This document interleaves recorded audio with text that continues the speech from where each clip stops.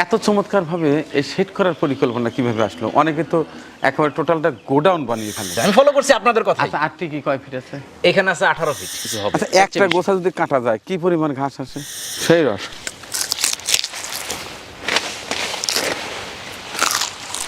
আরেকটি বিষয়, অনেকেই এই ষাঁড় গরু পালতে সামনে একটা বিশাল ডাইনিং টেবিল বাবা। একটা চারা আপনি এইভাবে লাগাবেন মাটির 1/2 ইঞ্চি নিচে।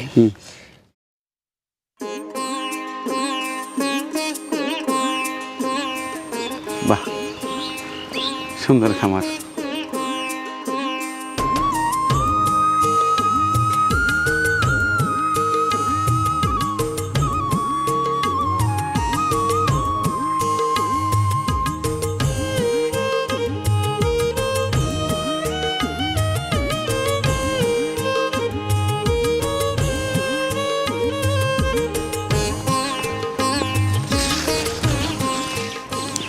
আসসালামু আলাইকুম, শুভ সকাল সবাইকে। শুভ সকাল জানিয়েই শুরু করছি আজকের প্রতিবেদনটি। দীর্ঘদিন হয় আপনাদের খামার দেখাই না, অনেকেই অভিমান করে বসে আছেন। এই তো শুরু হলো, আর অল্প দিন পরেই পবিত্র কুরবানির ঈদ, অর্থাৎ ঈদুল আজহা। সেই ঈদুল আজহাকে কেন্দ্র করে দেশের সমস্ত খামারি, ছোট খামারি, বড় খামারি, প্রান্তিক খামারি তাদের খামারের গরুগুলোকে বিশেষভাবে খাতির যত্ন করে হিষ্টপুষ্ট করে চলেছেন। আমি বেরিয়েছি দেশের কোন প্রান্তে কোন খামারি কিভাবে কি খাইয়ে তাদের গরুগুলোকে হিষ্টপুষ্ট করছেন সেটি দেখতে। যাই হোক, আজকে যে খামার থেকে কথা বলছি এটি চাঁদপুর অ্যাগ্রো রেঞ্জ। চাঁদপুরেরই একজন ভদ্রলোক এই খামারটি গড়ে তুলেছেন। এই খামারে ঢুকেই আমার মনটা ভরে গেছে। আমি যা যা আপনাদের বলি, বোঝানোর চেষ্টা করি নতুনদের জন্য, ঠিক সেই দৃশ্যই এখানে দেখতে পাচ্ছি। আর কথা নয়, এখন এই ছোট্ট সুন্দর পরিপাটি একটি খামার আপনাদের ঘুরিয়ে ঘুরিয়ে দেখাবো এবং ভালোভাবে জানানোর চেষ্টা করব আসলে কিভাবে খামারের যাত্রা শুরু করতে হয়। আশা করছি ভিডিওটি মনোযোগ সহকারে দেখবেন, অনেক কিছুই শেখার আছে এই ভিডিও থেকে। চলুন খামারে যাওয়া যাক। চিত্রপুরী কৃষি চিত্র।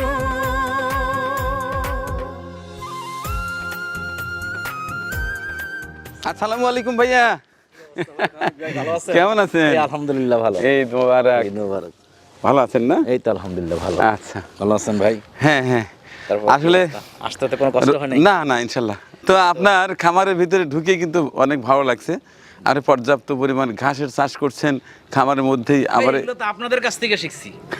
যখন আপনার ভিডিও দেখি আপনারা একই কথা বলেন যে আগে ঘাস করেন, আগে ঘাস করেন, আগে ঘাস করেন, 3 বার বলেন। জি জি জি জি জি। তার মানে কি 3 মাস আগে, আমি ধরে নিয়েছি 3 মাস আগে ঘাস করো, 3 মাস পরে অন্য কাজ। তো সেইখান থেকে আমি আগে ঘাস করছি। এছাড়াও ওই যে আপাতকালীন সময় যে খড়, সেটা তো আপনি একেবারে মনে হয় 2 জাহাজ নিয়ে আসছেন নাকি? এত যেটুকু খড় আমার কই পেলেন? যখন আপনার এই যে খড়ের মৌসুম থাকে, হ্যাঁ। ঠিক ওই সময়টা তো দামও সস্তা থাকে। যেহেতু আমার এখানে জায়গা আছে, তো সেইখানে আমার 1 বছরে যা লাগবে আমি স্টক করে খুব রাখছি। ভালো করছেন। আমি তো যে খ্যারের গাদার ভিতর দিয়ে আসলাম। ওইটার ভিতর দিয়ে রাস্তা। আচ্ছা, তো সবই দেখবো ঘুরে ঘুরে, আগে একটু গরু দেখি। হ্যাঁ, আসুন।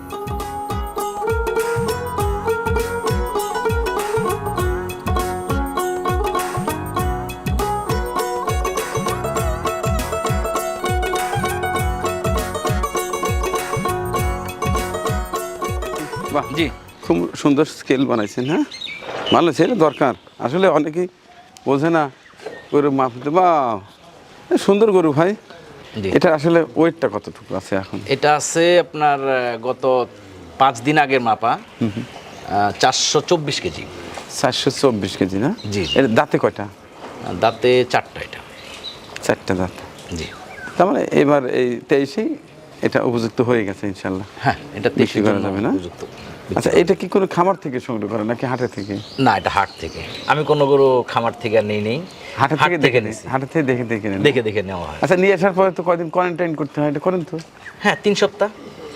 তো মোটামুটি কতগুলো সংগ্রহ আছে এখন? এই বছর কোরবানির উপযুক্ত 14টা গরু আছে। কোরবানিতে সেল করার মতো। সেল করার মতো। আর টোটালি ছোট বড় দিয়ে এখন কতগুলো আছে? 17টা।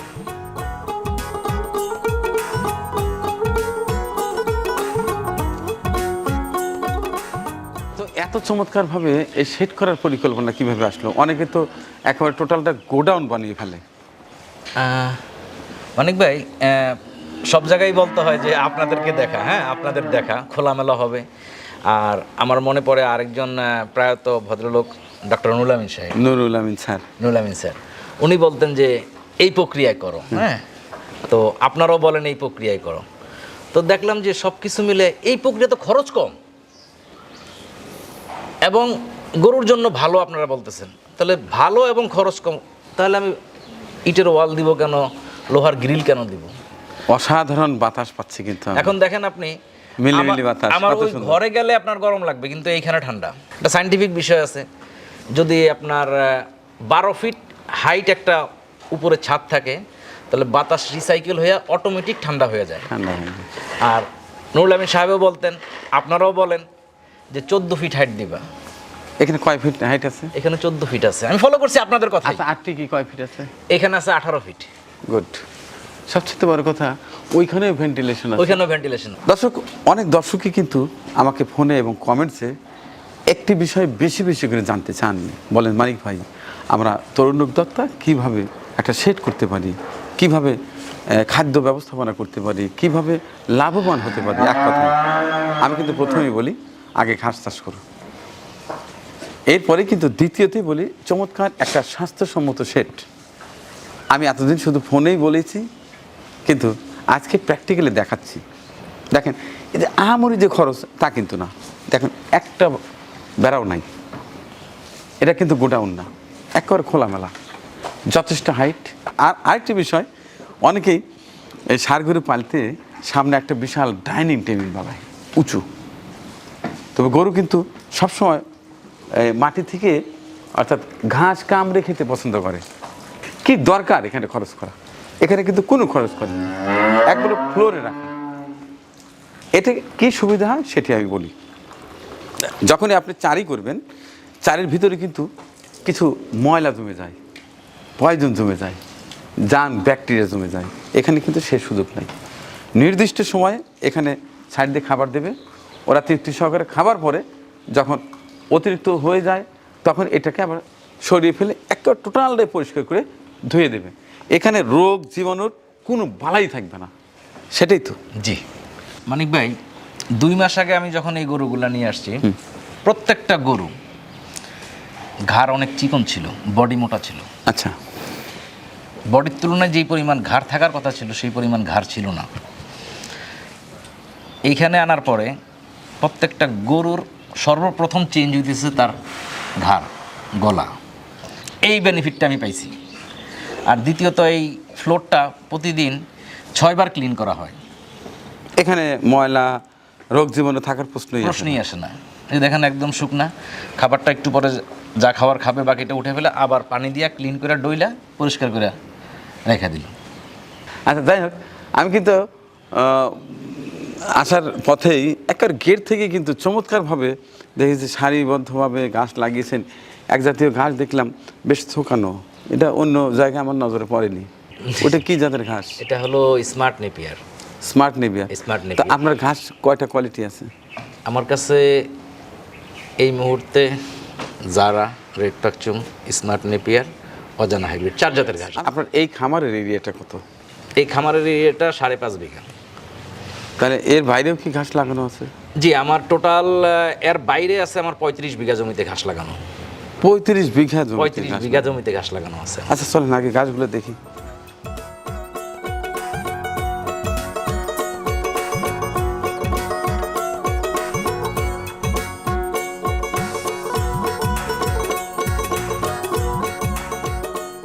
তাহলে এইটা কি ঘাস জানো? এটা হলো স্মার্ট নেপিয়ার মানিক ভাই। Smart Napier. জি, স্মার্ট ভাবে দাঁড়িয়ে আছে। স্মার্ট ভাবে দাঁড়িয়ে আছে। এটা আমার কাছে মনে হচ্ছে জানো, ওই যে অনেক দামি দামি সব বাগানের মধ্যে সাজিয়ে রাখা কিছু কিছু জি, ফুলের জি, তোড়া, জি জি জি জি, ওই রকম ক্যাকটাস অনেকটা জাতীয় দেখতে। কিছু গাছ। জি। তো এইটা কি করে সম্ভব? এটা ড্রেসিং করে রাখছিলেন নাকি? না না না, এটা এইভাবেই রাখা, এইভাবেই থাকা। দেখেন এটা কয়টা ডাঁটি লাগানো ছিল? এখানে দুইটা ডাটি লাগানো ছিল, দুইটা ডাটি ছিল লাগানো। এই রে বাবা রে, আপনি মানিক ভাই এটা আমি 4 ফিট পর পর, হ্যাঁ আপনি দেখেন এখনো কিন্তু কাটি নাই, প্রথমবার। এই যে দেখেন, এই দেখেন একটা অবস্থা, এই হলো অবস্থা। এখনো কিন্তু কাটা হয় নাই, এটা কি প্রথম? এই প্রথম, এখনো কাটা হয় নাই। কিন্তু কাটার পরে যে আরো জাকটা হবে, আরো জাগটা হয়ে যাবে। জায়গা দিবেন কেমনে? এটার জন্য পরীক্ষামূলক ভাবে হ্যাঁ। এই ঘাসটা লাগাইছি আমি 4 ফিট পর পর।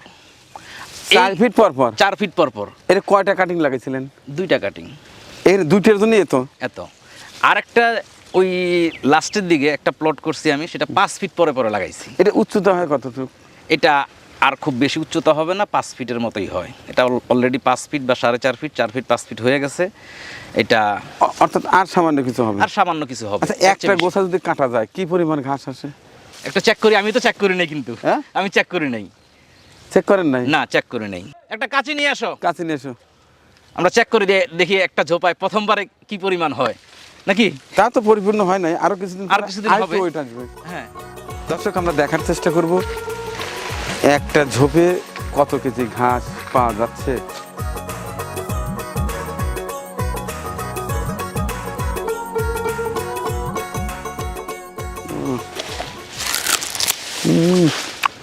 সেই রস।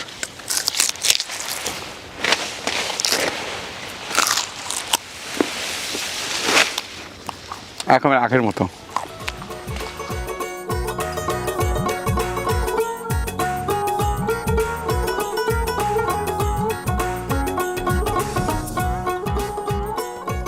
এটা কাইটা দিতে হবে, এটা কাইটা দিয়া এটাতে মাটি মাটি দিয়ে দিতে হবে। এই যে ঘাস কাটার হ্যাঁ। সিস্টেম হলো এটা। দর্শক, আরেকটি বিষয় আপনাদের জানাতে চাই, অনেকেই ব্যাস, এই ঘাস কাটেন বেশ উপর থেকে এবং বেশ বড় ডাঁটি থাকে, এটা কিন্তু মোটেই করা যাবে না।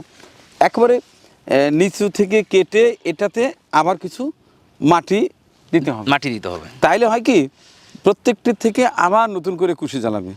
আর অনেকে আমরা কি করি, বেশ দূরের থেকে কাটি, কাটার পরে ওই মাথাটা কিন্তু মারা যায়, জি, মারা যায়, হয় না। তো এখানে এত ঘন, এই দুইটা কাটিং থেকে, দুইটা কাটিং থেকে এটা কি প্রথম কাটা? এটা প্রথম কাটলাম। অবিশ্বাস্য। আমার এখানে যে 4 ফিট জায়গা সে পুরো ঝোপায় নিছে। যারা কিন্তু 2 গিটের কাটিং হয়, এটা কিন্তু 2 গিটের করা যাবে না, খুব ছোট মনে হবে, ঠিক আছে।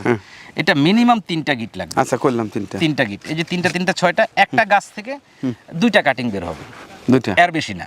অনেকে আবার বেশি বের করার চেষ্টা করে, সেটা মিস হয়ে যায়। হ্যাঁ, এখানেও গিট আছে, কিন্তু এই গিট থেকে কুশি জ্বালাবে না। এটা কি বাড়তি হয়েছে? হ্যাঁ, এটা বাদ, এটা ম্যাচুইড। হ্যাঁ, মেসেজ হয়েছে। এটা ম্যাচুইড। এই যে দেখেন চোখটা, হ্যাঁ, ওই যে ফুটে গেছে চোখ, এই যে এই যে চোখ ফুটে গেছে, এই যে দেখেন। তাই? হ্যাঁ, এই যে এই যে চোখ, এই যে চোখ ফুটে গেছে। আচ্ছা, তার মানে সে mature। আচ্ছা, ওই যে অন্যান্য ঘাসের কাটিং যেভাবে আমরা সবাই লাগাই, তো সেইভাবেই একই পদ্ধতি, হ্যাঁ? মাটির নিচে লাগাতে হবে। একটা কাঁচি নিয়ে, তো এই যে কাঁচিটা আছে, হ্যাঁ, জাস্ট আমাকে দেখা দেন তো।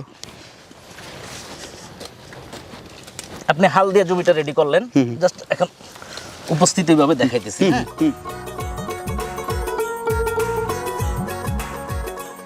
একটা চারা আপনি এইভাবে লাগাবেন মাটির 1/2 ইঞ্চি নিচে, এটা থেকে 1 বিঘা দূরে, কারণ এটা থেকে কুশি আসবে, এটা থেকেও কুশি আসবে।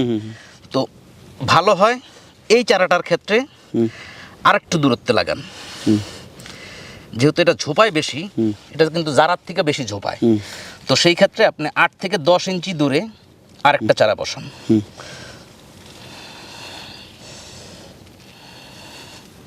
ব্যাস, কমপ্লিট হয়ে গেল। হয়ে গেল। আচ্ছা, এইখান থেকে 5 থেকে 6 দিনে কুশি গজায় যাবে। তারপরে আরেকটা প্রসেস আছে, এই কুশিটাকে কাটার পরে আমি একটা বস্তা ভরলাম, বা নিচে খড় বিছাইয়া কাটিংগুলো রাখলাম, উপরে কিছু খড় দিয়ে দিলাম, পানি ছিটা দিলাম, উপরে বস্তা দিয়ে ঢাইকা দিলাম, জাগ দেওয়া যাকে বলে। 3 থেকে 4 দিন জাগ দিলে প্রত্যেকটা কুশির থেকে ট্যাগ বাড়াবে। ট্যাগ বেরোবে। তখন যদি আমি লাগিয়ে দিই, 2 থেকে 3 দিনেই মাটির উপরে চলে আসবে। এটা সাশ্রয়ী সময়। আর এইভাবে যদি আমি লাগাই, সেই ক্ষেত্রে 10 থেকে 12 দিন লাগে চারাটা আসতে, এবং কিছু চারা মারাও যায়, ড্যাম হয়। তাহলে আপনার পরামর্শ কি যে এই কাটিংগুলো ওইভাবে জাগ দিয়ে অঙ্কুরিত করানোর পরে যদি দিই আর ভালো তাহলে হয়? একেবারে 95% আর চারা গজায়া যায় আর মিস হয় না।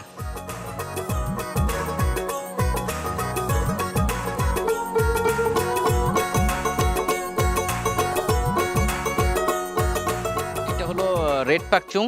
এটা আমার ফার্মের ভিতরে অল্প একটু জায়গাতে লাগানো আছে, এখানে ছিল, এখান থেকে কেটে নিয়ে গরুকে খাওয়ানো হয়েছে। আর বাইরে আমার কাছে রেড পাকচুং আছে।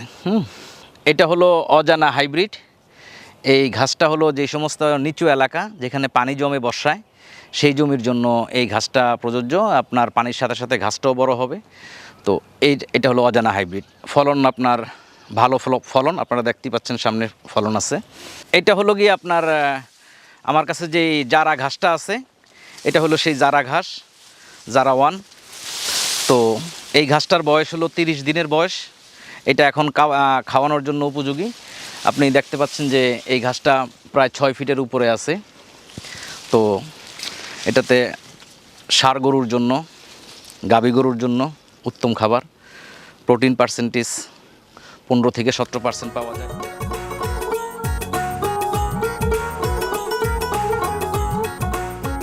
কেউ যদি এখান থেকে কিছু কাটিং সংগ্রহ করতে চায়, জি। সেটা কি আপনি দিতে পারবেন? হ্যাঁ, দেওয়া যাবে। হ্যাঁ, স্মার্ট নেপিয়ার এবং জারা, এই দুইটা আমি এখন অ্যাভেলেবেল দিতে পারবো। যারা আমার কাছে কাটিং আছে, দিতে স্মার্ট পারবেন। নেপিয়ারও আছে, রেড পাকচুঙও আছে। তবে আমি খামারিদেরকে বলবো যে এই মুহূর্তে আপনার কাছে কি কি জাত আছে? আমার কাছে রেড পাকচুং, জারা, স্মার্ট নেপিয়ার আর অজানা হাইব্রিড। এর মধ্যে আপনি কোনটা সাজেস্ট করেন, এইটা আর এইটা আর জারা, জারাটা? জারাটা। যাদের দুধের গাভী এবং ছাগল, তারা যেন স্মার্ট নেপিয়ার অবশ্যই করে, অন্তত 1% জমিতে করে সে টেস্ট করুক, এটা আমার পরামর্শ থাকবে। আর ষাঁড়ের গরুর জন্য আপনার জারা। আচ্ছা, তো এগুলো কয় টাকা পিস বিক্রি করছেন? আপনার জারাটা আমি বিক্রি করতেছি আপনার 1 টাকা করে জারাটা? জারাটা। আর এই যে এইটা smart, আমি স্মার্ট নেপিয়ারটা বিক্রি করতেছি 2 টাকা করে, 2 টাকা পার পিস। 2 টাকা পার পিস।